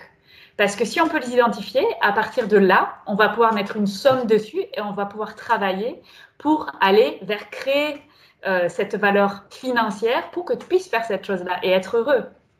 Donc, c'est très important cette valeur et finalement, pour toi, de ce que je comprends dans toute notre conversation, la valeur, c'est l'échange humain, en fait. Créer cette valeur et rendre l'échange que tu peux avoir et créer du bonheur dans la vie de quelqu'un d'autre. Donc, je confirme, et je te confirme, effectivement, tu l'as parfaitement synthétisé. Il suffit de voir tous ces gens qui n'ont effectivement pas d'argent, mais qui sont très heureux. Et je les envie, je les jalouse peut-être. Il y a des gens qui, effectivement, à leur échelle, dans leur monde, sont très heureux avec ce qu'ils ont. Et waouh, je suis hyper admiratif. Je suis hyper admiratif de ces familles qui sont unies. Je suis hyper admiratif de ces gens qui, à leur échelle, je le répète, changent les choses. On parlait de Pierre Rabhi. J'ai pris celui-là parce que je lisais un reportage sur lui hier, mais je vous envoyé un reportage. Mais je suis très admiratif des gens, je le répète, qui essayent de donner ce qu'ils peuvent donner aux autres, plutôt que de le garder pour eux et de mourir étouffé avec. Encore une fois, l'argent, c'est de l'énergie. J'aime beaucoup cette expression, effectivement. L'argent, c'est de l'énergie, c'est une convention sociale. Pour ceux qui, comme moi, s'intéressent beaucoup à la crypto, ça n'est rien d'autre qu'une convention sociale. C'est un bout de papier que certains ont volé par le passé, mais effectivement, c'est une sécurité. Et c'est encore une fois un moyen pour se donner les moyens de vivre sa première vie, sa meilleure vie, effectivement.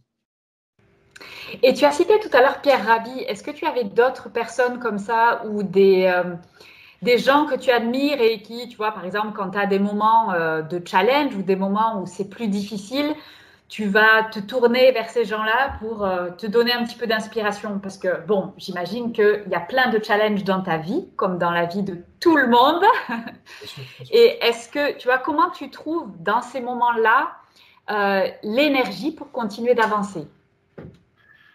Effectivement, c'est très... le défaut de ma personnalité, c'est que je suis très... comment dirais-je? Ce que je me disais, je suis très à l'écoute. Donc, je suis une espèce d'éponge, de passoire. Je donne un maximum, mais je reçois aussi beaucoup de stress, beaucoup de pression, beaucoup de nouvelles négatives. Et j'en ai tous les jours. Là, je me lève des fois le matin en me disant, mais qu'est-ce qui va m'arriver? Donc, effectivement, c'est le problème quand on commence à avoir des responsabilités. Et les enfants, c'est pareil, même principe. C'est le défaut de ma personne.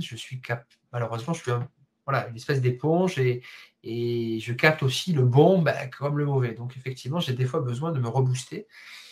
Alors, le plus dur, c'est de mettre le doigt dessus, c'est de mettre un nom dessus. D'être capable, et j'y travaille, de dire, bon, Jérémy, là, tu n'es pas de mauvaise humeur, va pas te disputer avec madame, parce que ça va impacter toute ta journée, perso, pro. Essaie de prendre sur toi. Je dis bien, j'essaie d'essayer. À l'inverse, ce matin, parce que là, il est 11h, j'ai été extrêmement de bonne humeur. On a mis de la musique, on a dansé au petit-déj avec les enfants. C'était exceptionnel. C'est des choses simples, mais j'étais content. Donc, comme j'étais content, je suis allé acheter un gâteau des rois qui va découvrir ce soir. Et voilà, et j'essaye de mettre une espèce d'énergie de bon matin. J'ai compris une chose, c'est que les premières secondes au réveil sont tellement importantes pour le reste de la journée. Tellement importantes. Et c'est vrai qu'il faut être capable de s'isoler au maximum des mauvaises nouvelles. Moi, c'est vrai que je ne dors jamais avec mon portable à côté du lit. Jamais. Ça, c'est un truc que je fais déjà pour des raisons de santé, mais pas que. Parce que jusqu'à présent, dans mon ancienne vie, des fois, je me levais la nuit parce que j'avais un BlackBerry. Sur BlackBerry, vous avez une espèce de petite lumière rouge. Des fois, la nuit, parce qu'en plus, je travaillais en décalé. Donc, des fois, j'en reçu un mail à 4h du mat, je répondais. Enfin, c'était ridicule. C'était même stupide parce que c'est là où on fait des erreurs, d'ailleurs. Donc, j'essaye de m'isoler. J'essaye de faire en sorte grâce à ma compagne, j'essaye à partir de 17h30 d'arrêter de bosser, ce qui est juste un luxe de dingue. Je vous le dis, c'est un luxe de dingue. J'ai cette chance d'amener tous les matins, j'emmène mes enfants à l'école. Alors, l'école est à côté. Tous les matins, j'emmène mes enfants à l'école. Mes parents n'ont jamais pu le faire. Et ça, c'est un luxe de malade. C'est un luxe de dingue. À partir de 17h30, quand ils rentrent, j'essaie de jouer avec eux. Alors, je dis bien j'essaie, parce que je suis des fois au téléphone, mais le week-end, j'essaye de ne pas bosser. Vous voyez, voilà des petits challenges que je me fixe à moi-même. Mais effectivement, quand je suis dans le spleen, dans le down, j'essaie de... Mais j'arrive pas. Mais j'essaie d'arrêter de travailler, de faire autre chose, de lire, de regarder la télé. J'aimerais te dire d'aller faire du sport. Il faudrait que je fasse davantage de sport. J'allais te dire ça. Va courir, c'est le meilleur paracétamol. En fait, j'ai toujours beaucoup couru. Non, mais tu as raison. J'ai toujours beaucoup couru quand j'étais plus jeune. Parce que c'était facile, je vais être clair. Hein. J'ai jamais été un grand sportif, donc courir c'est basique, c'est simple. En plus, je pouvais écouter un podcast ou autre. Bien sûr, ceux de famille, ça va sans dire. Évidemment. Les meilleurs pour aller courir. Les meilleurs pour aller courir, voilà. Ça n'existait pas il y a 20 ans. Mais peu importe, non. Et je regrette de ne pas me donner ce temps-là, parce que c'est, d'un point de vue santé, d'un point de vue physique, d'un point de vue métaphysique, l'occasion de se retrouver avec soi-même. Et en ce moment, je fais quelques nuits blanches, je vous avoue. Mais en réalité, c'est top. Bon, c'est pas top parce que je suis crevé, mais c'est top parce qu'en réalité, c'est le seul moment où je ne travaille pas.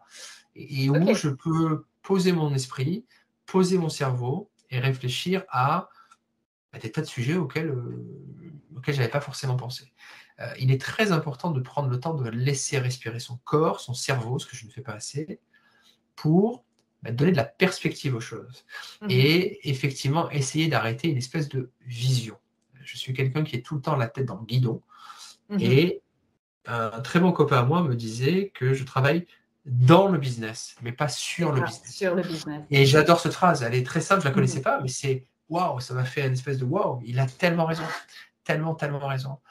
Il faut être capable de se donner à soi-même des temps de pause. Je lisais que Bill Gates, un mec qui a globalement réussi, de couper, je crois que c'est 15 jours par an ou par mois, je ne sais plus, 15 jours par mois, il allait s'isoler, sans sa famille, sans rien, quelque part, sans téléphone, sans rien, et c'était son temps d'inspiration. Il fallait surtout pas le déranger.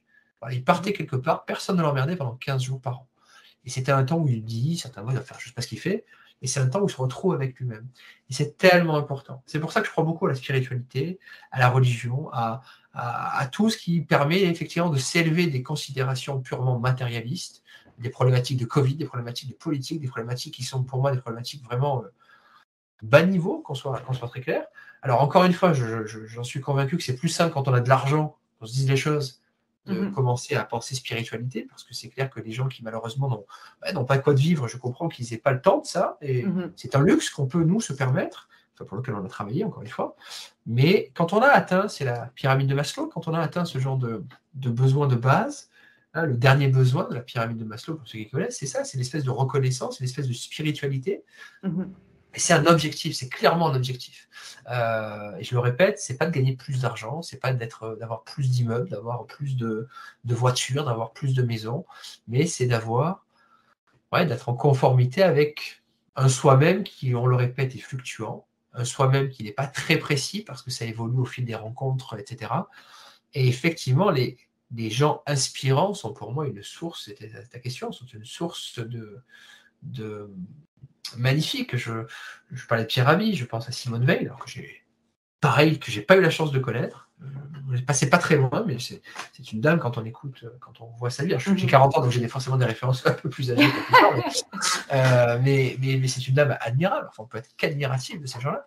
Des gens qui ont réussi à la force du poignet à sortir de leur case, à sortir de leur truc. Mais je dis, mais c'est exceptionnel. Enfin, moi, je suis exceptionnel. J'adore l'histoire. J'ai toujours aimé l'histoire. Je voulais être prof d'histoire à un moment donné. Et comme j'aime l'histoire, j'ai eu cette chance de voir la vie des grands hommes, comme on dit, et de voir des gens qui, partis de rien, Napoléon, sont allés très loin.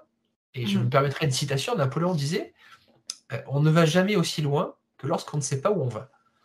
Ok.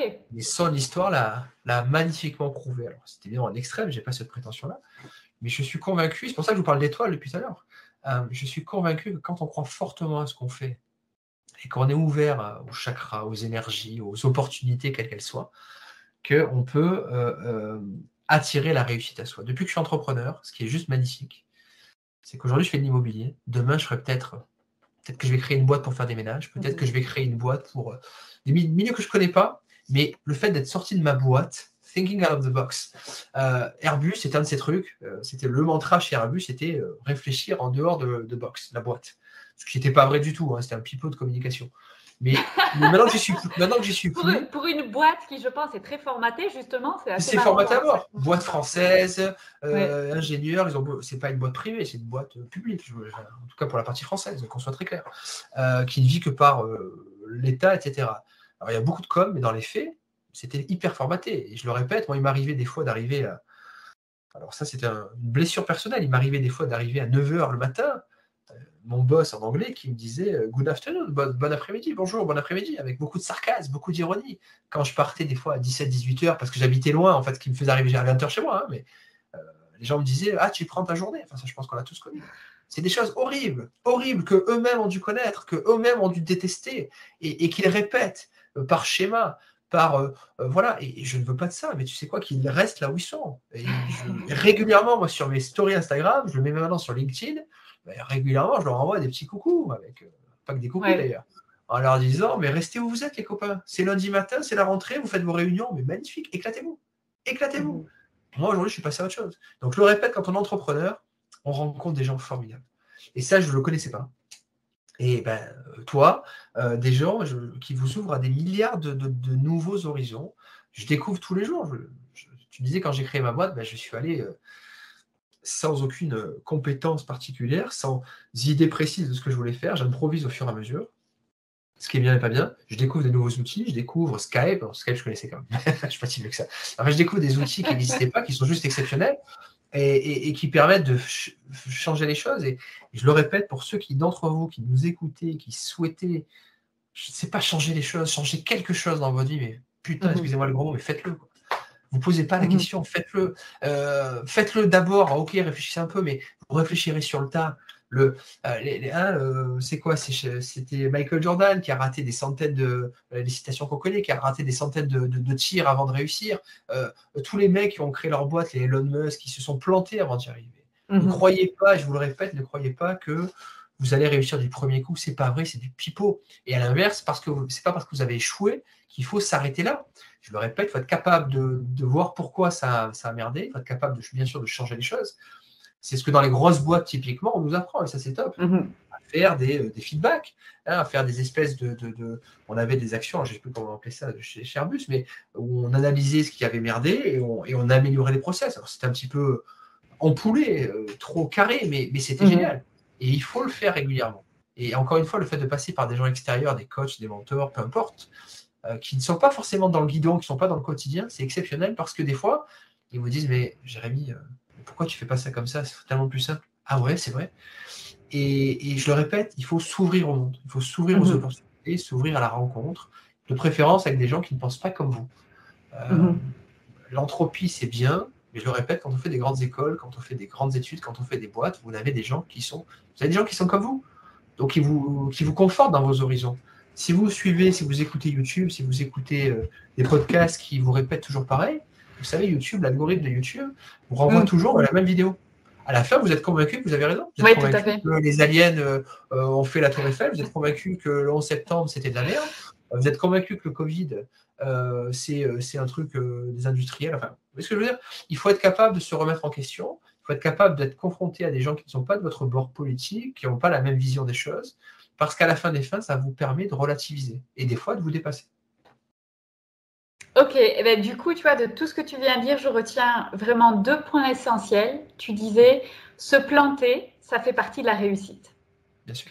Donc ça, se planter, c'est parfois inévitable et donc il vaut mieux y aller parce que quelque part, on sait qu'on va se planter sur certains points, mais ça ne va pas empêcher la réussite tant qu'on continue. Et le deuxième point, c'est l'action. L'action en premier. Clairement. Et quelque part, c'est pas grave si on ne connaît pas exactement où est-ce qu'on veut aller ou comment le faire. Il faut faire le premier pas. Et en fait, ce premier pas, on va apprendre des choses et ça va nous amener vers le deuxième, et puis vers le troisième, le quatrième. Et comme ça, on va pouvoir construire en fait une vie qui nous convient. À la base de l'action, il y a ce qu'on appelle l'émotion. E-motion. Ça, j'ai compris ça il n'y a pas si longtemps. E-motion, l'émotion. Et emotion, pour ceux qui nous écoutent, motion, c'est le mouvement, l'action. Donc, c'est l'émotion, le sentiment, l'envie de quelque chose qui est à la base de l'action. Et une fois, effectivement, qu'on a fait le premier pas, en général, on en fait un suivant. Et je vais vous dire, plus vous lâchez des bras, plus vous lâchez, plus vous êtes obligé, dans la précipitation, de faire un pas, 2 pas, 3 pas, 4 pas, et vous apprenez à courir en courant. Vous apprenez à faire du cheval, pour ceux qui, je sais que Fanny, ça te parle, en dansant. Et on apprend à faire du vélo le jour où, le jour où on n'a plus les 2 roues, le jour où on n'a plus les 4 roues, pardon, les 2 roues c'est compliqué, le jour où on n'a plus les 4 roues, on apprend, et c'est exactement ça la vie.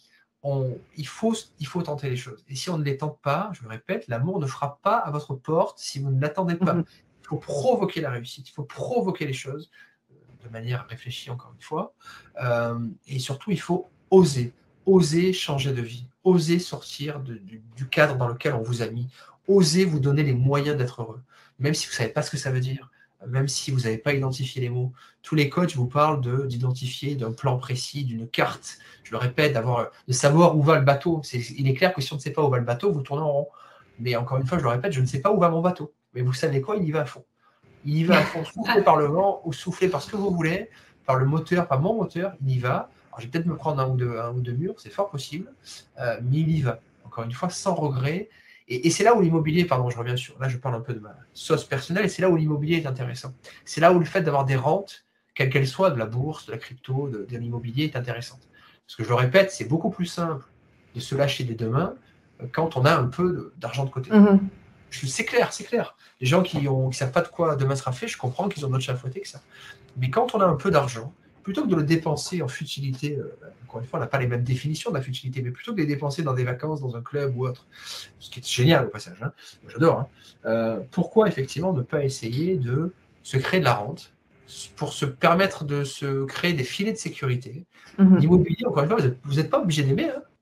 J'en connais plein qui n'aiment pas ça et qui me disent, Jérémy, on n'aime pas ça, on veut juste gagner de l'argent. Voilà, c'est clair. Ouais. Et on te fait confiance, tu te débrouilles. Très bien, il y en a qui n'ont pas fait de formation, il y en a qui ne veulent pas en faire, Ok. ça les gave, et c'est très bien comme ça, mais il faut juste que ce soit clair. Et Oui, oui, moi, et dans ces cas-là, on crée des rentes qui permettent de se lâcher. Je le répète, on ne se lâche pas sans avoir un minimum de sécurité, un minimum de filet de sécurité. Donc, c'était une de tes questions tout à l'heure. Est-ce que quand je me suis lâché, j'avais un peu d'argent de côté? Oui, alors en réalité, j'en vivais pas, parce que moi, j'ai un gros souci, c'est que je suis un investisseur invétéré.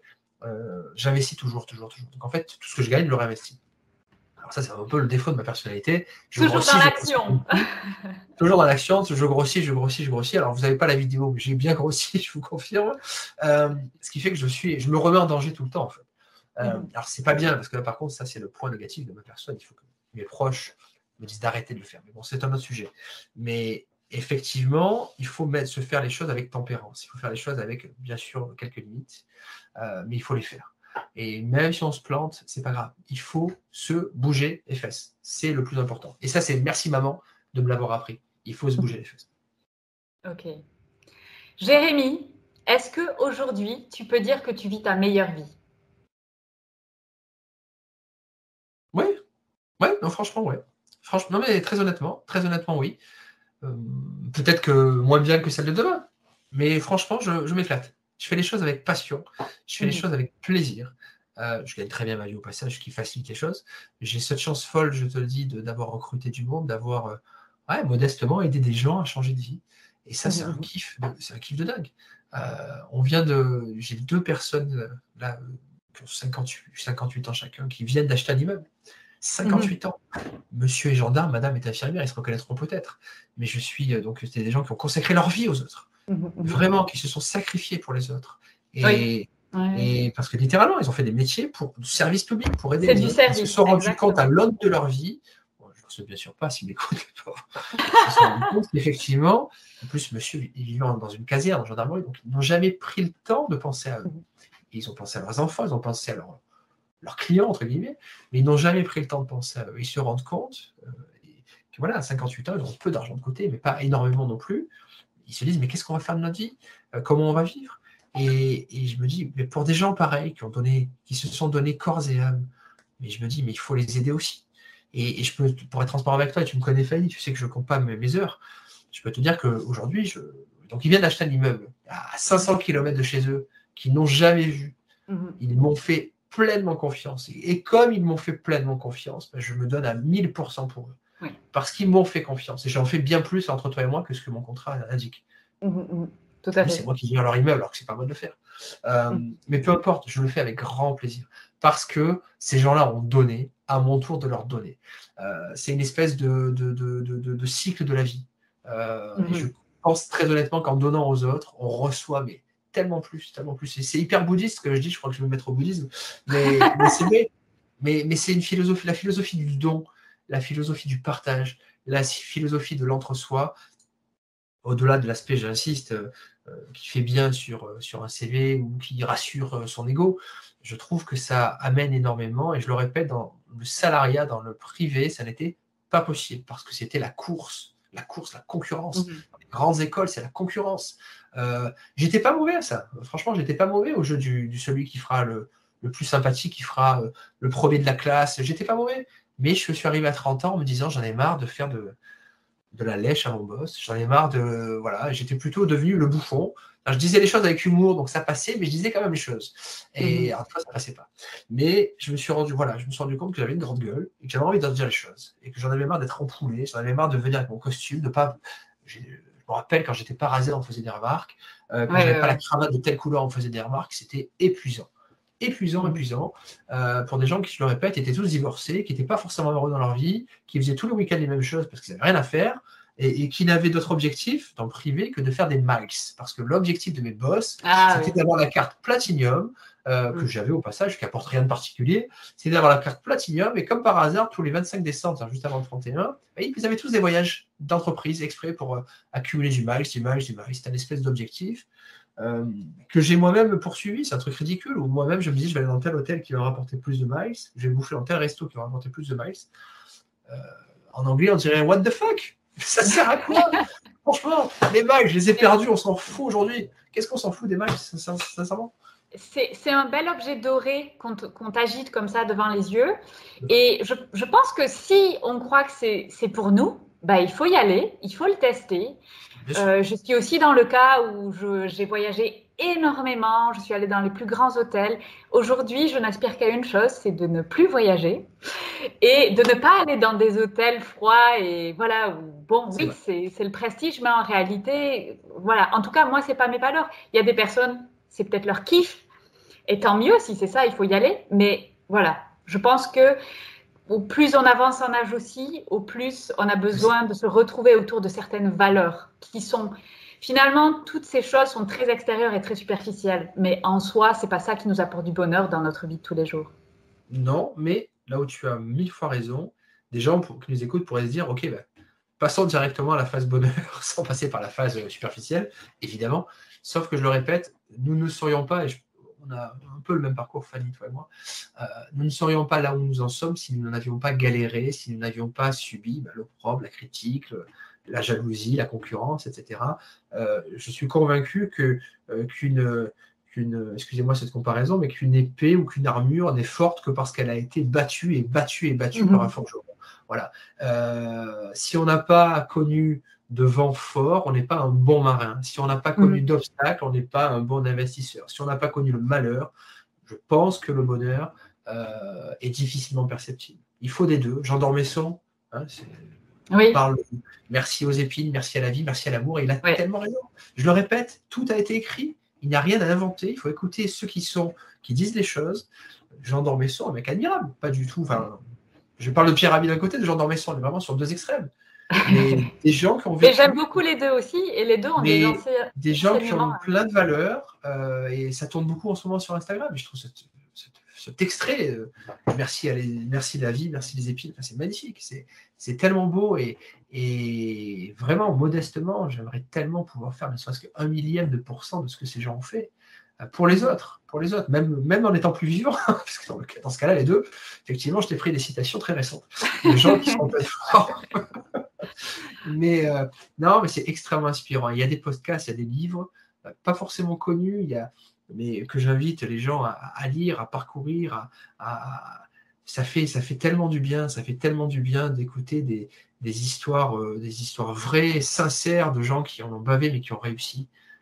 À l'américaine, c'est un peu à l'américaine, hein, c'est les self-made men, c'est les mecs qui ont réussi par eux-mêmes. Je le répète, la France, le système français, puisque la France est un système extrêmement élitiste, contrairement à ce qu'on peut croire, qui en réalité est exactement le même qu'avant la Révolution, avec des corporatismes, avec des hiérarchies, et on s'en rend compte quand on vit à l'étranger. C'est ça qui est intéressant. Quand on est expatrié, on se rend compte de tout ça. À l'inverse, quand on revient, on se rend compte que ça a un certain côté confortable, mais où en réalité, on est materné. La sécurité sociale, qui est un truc bien français, on est materné. Mais quand on vous materne, en réalité, on vous enlève votre liberté. On vous enlève en réalité votre capacité de réflexion. Et je le répète, on est soi-même que lorsqu'on se met en danger. On est soi-même que lorsqu'on risque de se perdre en route. Et c'est la base. Essayez, plantez-vous, revenez dessus. Passez par des gens dont c'est le métier, des gens externes qui soient capables de vous dire, de vous remettre dans le droit chemin. Trouvez vos mentors. Je vous répète, vos mentors, ce ne sont pas vos parents, ce ne sont pas forcément vos amis d'ailleurs, qui ne comprennent pas toujours ce que vous faites. C'est des gens extérieurs dans lesquels vous vous reconnaissez, dans le parcours duquel vous vous reconnaissez. Alors attention aux parcours qui sont un peu trop enjolivés, hein. C'est le monde de la communication dans lequel on vit. Mais je le répète, il y a des gens qui ont eu la même vie que moi, qui ont investi comme moi, mais qui, moi, ne m'inspirent pas. Il y a des gens qui, à l'inverse, m'inspirent davantage. Ils ont eu la même vie, les mêmes choses, mais ils l'ont vécu d'une manière totalement différente. Et ça, c'est le meilleur conseil que je puisse vous donner, c'est ça. C'est de vous ouvrir à l'extérieur et de trouver effectivement votre chemin au milieu de toutes ces sollicitations. Ok. Donc, Jérémy, j'ai une dernière question pour toi. Oui. Qu'est-ce que tu conseilles aux gens qui écoutent le podcast pour qu'ils vivent leur propre meilleure vie? Est-ce que tu as un conseil à leur donner? Et on finira là-dessus. Bien sûr. J'en ai donné quelques-uns. Le plus important pour toi, celui qui pour moi, le plus important, c'est qu'il faut. Il faut oser. Voilà. Ok. Osez. Osez tomber, relevez-vous. Osez tomber, relevez-vous. Osez tomber, relevez-vous. Mais avancez. Ok. Super conseil. Merci beaucoup, Jérémy. Merci. Ça fait 1h23 qu'on papote. Je savais que ça serait un long podcast. Ouais. J'adore. Je pense que c'est extrêmement riche. Ah non, c'est génial. Moi, je suis pour les formats longs parce que c'est là où on peut vraiment exposer avec authenticité et honnêteté les choses. Donc, je pense que c'est très important de le faire. Et je suis pour le format long en interview. Est-ce que tu peux donner peut-être les sites où on peut te trouver ou te suivre? Bien sûr, avec grand plaisir. Tu les marqueras peut-être en commentaire. Je les marquerai absolument. Il y a des podcasts, donc je ne sais pas si il y a des commentaires, mais effectivement, donc c'est simple, c'est www.l'investisseurimo.com, tout attaché sans apostrophe, l'investisseur, investisseur.imo.com. Sur Google, vous retrouverez. Pareil, mon compte Instagram, mon compte Facebook, c'est exactement le même, l'investisseur IMO, avec un joli renard. Je vous expliquerai pourquoi comme logo. N'hésitez pas. En tout cas, je voulais te remercier, Fanny, pour moi, pour ceux qui nous écoutent, parce qu'effectivement, on n'a pas souvent l'occasion d'avoir ce genre de format long. On est souvent coupé avec des questions qui sont toujours les mêmes. Alors, je disais à Fanny que je n'avais rien préparé. J'ai souhaité mettre vraiment de la spontanéité. C'est un choix personnel parce que ça me ressemble. Certaines personnes prépareront peut-être leurs questions pour se rassurer. Encore une fois, il n'y a pas de format adapté, mais merci de nous donner cette occasion. Et merci de t'être toi-même prêté à ce jeu et d'être sorti de ton carcan à toi, de ta prison très dorée, parce qu'on se connaît encore une fois, parce que je suis convaincu qu'avec ta vivacité, avec ta force, avec ton énergie, tu vas apporter tellement aux autres. Et ça, c'est juste magnifique. Super. Merci beaucoup, Jérémy. C'était un plaisir. Merci encore. Attendez, ne partez pas. Avant que vous éteigniez votre téléphone et que vous retourniez à vos occupations, s'il vous plaît, est-ce que vous pouvez mettre une note de 5 étoiles sur votre plateforme d'écoute? Et si vous avez un iPhone et que vous êtes sur Apple Podcast, est-ce que vous pouvez me laisser un petit commentaire? J'adore lire vos commentaires et en plus, ça donne une grande visibilité au podcast, ce qui est indispensable pour assurer la pérennité de ce podcast. Et je vous en serai éternellement reconnaissante. Vous pouvez m'envoyer un petit message perso après, vous savez, je les lis et je vous réponds toujours. Merci à vous.